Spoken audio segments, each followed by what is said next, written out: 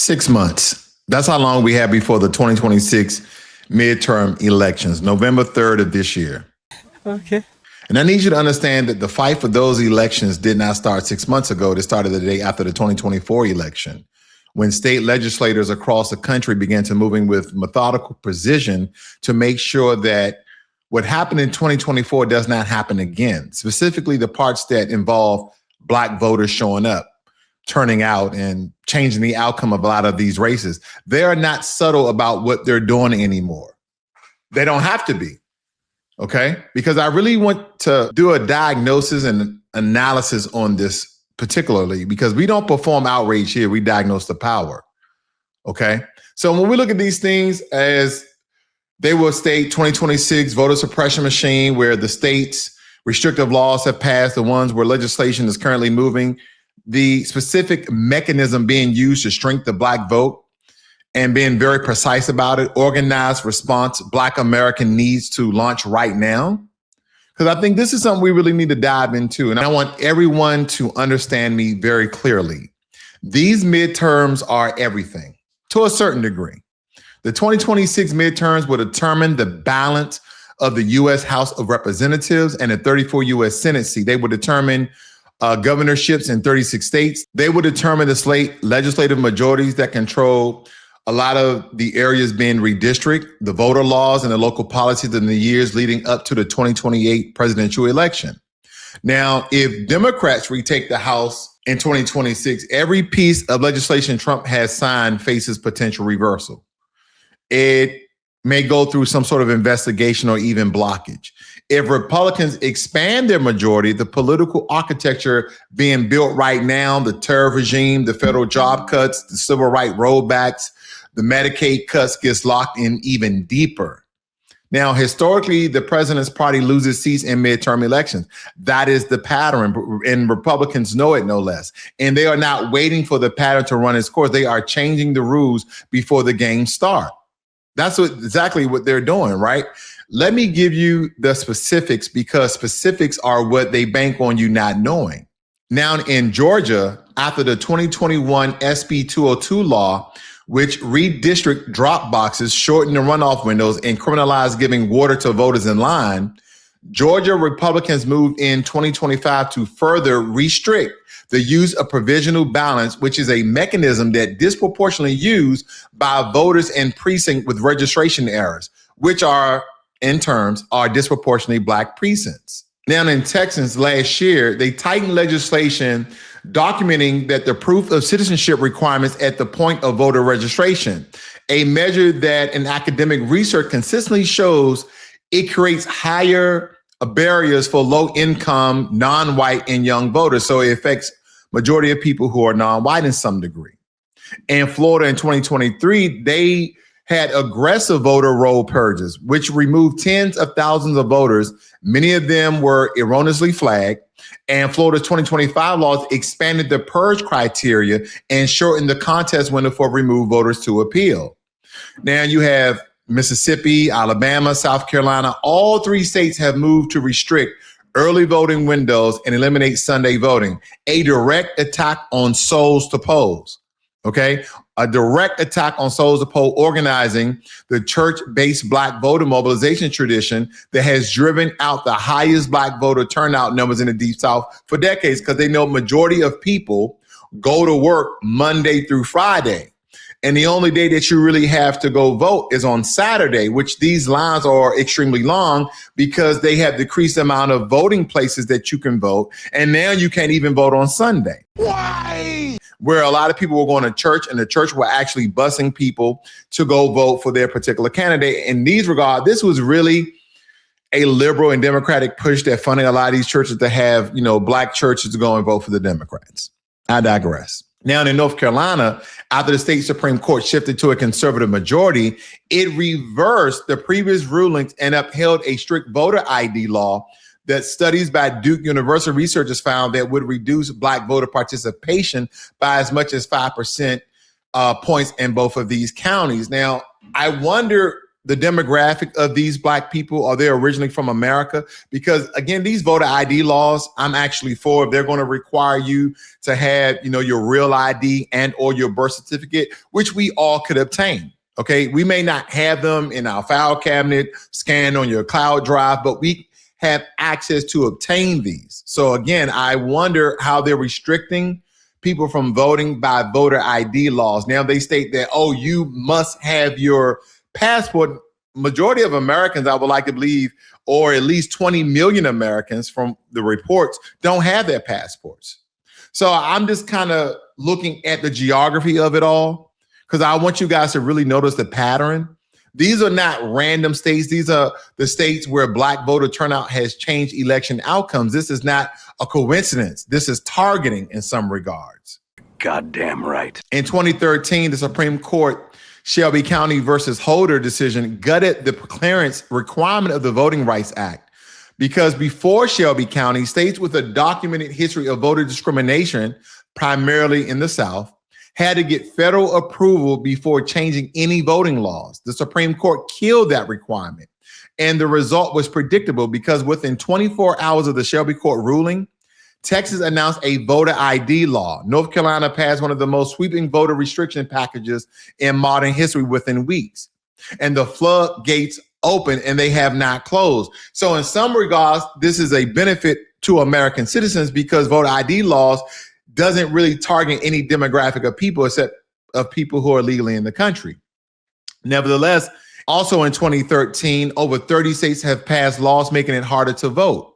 And the laws cluster in state with significant Black populations and competitive elections. Now, the Brennan Center for Justice has documented that between 2020 and 2026, over 400 voter restriction bills have been introduced across 48 states. What? 400 bills since 2020 to make it harder to vote. And let that register, because are they targeting Black voters in all these different districts and regions, or are they targeting people who are illegally in the country and in some municipalities had the opportunity and also in some regards had the right to vote? Because none of them should be voting in our elections. I don't mean people on visa, people who are temporary residents. I believe that only people who are U.S. citizens should have the right to vote in this country.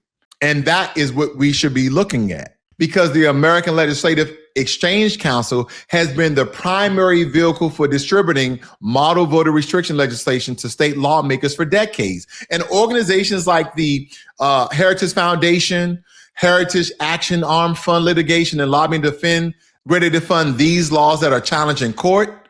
They're going to reference towards dark money flows into state judicial races to elect judges who will uphold restriction laws. It is a coordinated, well-funded machine. And on the other side, the organizations fighting this are chronically underfunded, like the NAACP, the Lawyers Committee for Civil Rights Under Law, the Brennan Center, Fair Fight Action, Power to the Polls. These organizations are doing heroic work with resources that do not match the scale of the threat.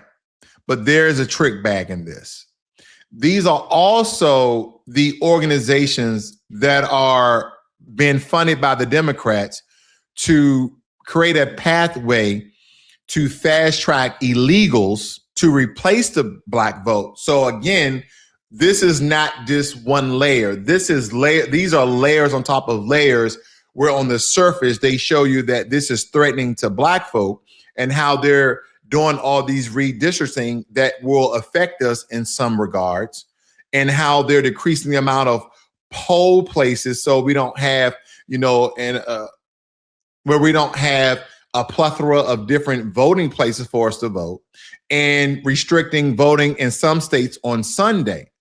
But beneath the surface, they're allowing illegal immigrants or trying to fast track them to replace the Black vote. So we have to look at all of this. This is a money fight as much as it is an organizing fight. And Black America needs to be on both sides of this. We have to watch it up, down, left, and right. Nevertheless, in 2020, despite a global pandemic that we all went through, Georgia's Black voter turnout helped flip a presidential battleground state for the first time in nearly 30 years, and then did it again 2 months later to flip 2 Senate seats in the runoff. If you guys recall, Stacey Abrams' fair fight registered over 800,000 voters. Black church networks organized rides, meals, childcare, and poll coverage. And then in 2022, despite aggressive suppression efforts, Black voter turnout in several key states held because the organizing infrastructure was already in place. Whether it be in Pennsylvania, where Black Philadelphian voters were decisive in electing John Fetterman to the Senate and Josh Shapiro to the governorship. The lesson is not suppression doesn't work, because it does. The lesson is that organized, funded, sustained Black political power can overcome it. But it requires starting now and not in October. Now. And as we look at your roly-poly Martins, not necessarily depicted in this website, this is kind of giving you guys some informational background on who runs for the office in the midterm and how it pertains to the change of power. Now, the reason why I mentioned roly-poly Martin is because he was stating basically, what the hell, shut the hell up if you are a non-Black voter. And I'm like, well, if you are registered to vote, we're going to get on that where you guys can go to some links and actually register to vote. If you guys are non-Black voters, then you need to shut the hell up. And that's the problem I've been pointing out. We have been voting and nothing has been changing. So they're telling us to vote, then put pressure on these politicians to do what they say they were going to do. Well, they never said what they was going to do. They kind of toyed and played around with a couple of empty word salad statements that absolutely meant nothing. And then when we did vote, we say, well, we thought you were going to do this. Well, did we say that? Well, not exactly, but you hinted, you alluded to, well, we didn't say that and we can't be held to it. Because regardless if they are in control of the presidency, the House, the Senate, etc., they still haven't done anything, because they would tell you, oh, well, the Republicans control the Senate. Oh, the Republicans control the House. Well, there's been times where the Democrats have controlled all 3 levels of government. So again, they just give us excuses on top of excuses, and they have Democratic chills like roly-poly, big fat stomach Martin to come out and try to pander to Black folk and be disrespectful while doing it. So right here, U.S. Vote Foundation, Congress, right here on U.S. Vote Foundation, Congress is literally on the ballot. All 435 seats in the U.S. House of Representatives and 1/3 of the seats in the U.S. Senate are up for vote. The partisan composition of Congress can have a major influence on what the president can do during his or her term in office. It goes on to state here that midterm elections are used to determine the next course of our democracy, nevertheless, our republic. Voters are given the opportunity to rebalance power and choose congresspersons more closely aligned with the president's agenda or one's position further from the president, because these elections are so closely tied into the timing of the presidential term. They're often seen as a barometer of the president's performance. So basically, we can change the hands of power where the president could be locked in and really can't do nothing except by executive orders, which in most regards have an expiration. It's been a waste of time for me, folks. I'll be honest with you. Sometimes it's months, sometimes it's years, just depending on the legislation they're in. But nevertheless, these are some of the things we have to look at. Now, if you guys register to vote today, if you're not registered already, and you need to even check your registration, go to ourvoicevote.org, okay, a website that I created for this very thing. We're not voting for the Democrats. We're not voting for the Republicans. We're voting on tangibles. We're voting on resources and assistance for the Black community. And that is what we should hang our hat on. You come here to register, and it's going to provide links and information for you guys to go ahead and sign up to vote. So I just give a quick demonstration here. This is vote.gov. And again, you can point out your particular state. And it says select your state or territory to do the following: register to vote, update your name, address, or political party if already registered, check your registration status, get a voter registration card. Now, granted, if you don't know your status, you can come down here to online registration, You can actually check your status as well. It takes you right to the point of the vote.gov website for you guys to vote, nevertheless. So again, nevertheless, voter rolls get purged. Address need to be current. Go to Our Voice Vote at ourvoicevote.org right now and use the tools there. 6 months is enough time. 6 months is enough time if you start now. You should be knowing your state-specific voter ID and early voting rules. What was true in 2024 may not be true in 2026. These things have changed. Look it up, know it, and share with all the people who you know may be voting. And again, vote in the primaries, not just in the general election. State legislative races are decided in primaries with single-digit turnout percentages. You can determine the outcome of races that shape voter policies, voter laws, police accountability laws, and education policies with 20 organized people in the right precinct. Fund the organizations that's doing the legal work that you see actual results from, and not the ones they just give you, okay? They will tell you that the Fair Fight, NAACP, Legal Defense Fund, Brennan Center, Power to the Polls. Now, maybe the NAACP in your state are actually making change, but do your research on a lot of these organizations that they put in front of you, which in some regards, mostly, if not all, are funding by the Democrats. So what do you think they're going to try to push for you to vote for the Democrats? And I say the only powerful thing I believe that we have in the Black community, when we keep saying, oh, we need to organize, we need to get together. Yeah, we need to form political action committees, those PACs, because even $5 a month matters when it's multiplied by 1 million people who decide that this is worth investing in. And I promise you, you guys create a political action committee, right? Some lady, some gentleman who is political astute forms a PAC and put forth legislation or proposal to legislations of what the Black community in that district absolutely need. And you get 100,000, 200,000 people on board. We there donate $1, $5, $10, $20. And I believe the majority of Black Americans have $20 to donate. You can create real change, because politicians, when you start talking about money and the money that you have raised and that you will donate to their administration, to them running for office, as long as they put an agenda together of your demands and what your community needs, I believe we will start seeing change very quickly. Yes, definitely. We have to start organizing in our immediate circles, not just your social media following, our families, our co-workers, our church, our barbershops, our beauty salon. Ask 5 people personally. Are you registered? Do you know your polling place? Do you know the early voting window? 5 conversations can turn into 50 votes. 50 votes can decide a state legislative race. Magic. They're counting on our fatigue. That's why they're doing all these redistricting and they're trying to close polling places. They're counting on our fatigue. They're counting on us feeling like nothing changes. Every vote restriction law passed in the last 3 years proves they are afraid of what's happening when we organize. Let's give them something to be afraid of. The vote is the weapon, and we need to really stay informed and locked in. And we need to stay organized. Okay, that's what we need to do. And guess what, ladies and gentlemen? This website right here can be a rallying point for people. Okay, whether it be for the information that it provides, the links that it sends you to help everybody get on the same page about what we need and what we want. So again, I leave you with outrvoicevote.org. If there's something better out there, then go there. I just want to provide a resource for people so we can really organize and get behind something to make change.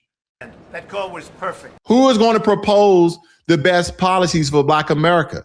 Who's going to propose the best policies for the community that you live in? Your local municipality, your city council, your state legislators. That is what we really need to be looking at. Because if you're not going to support, fund, create legislation that are going to support our communities, then why in the hell should we ever vote for you?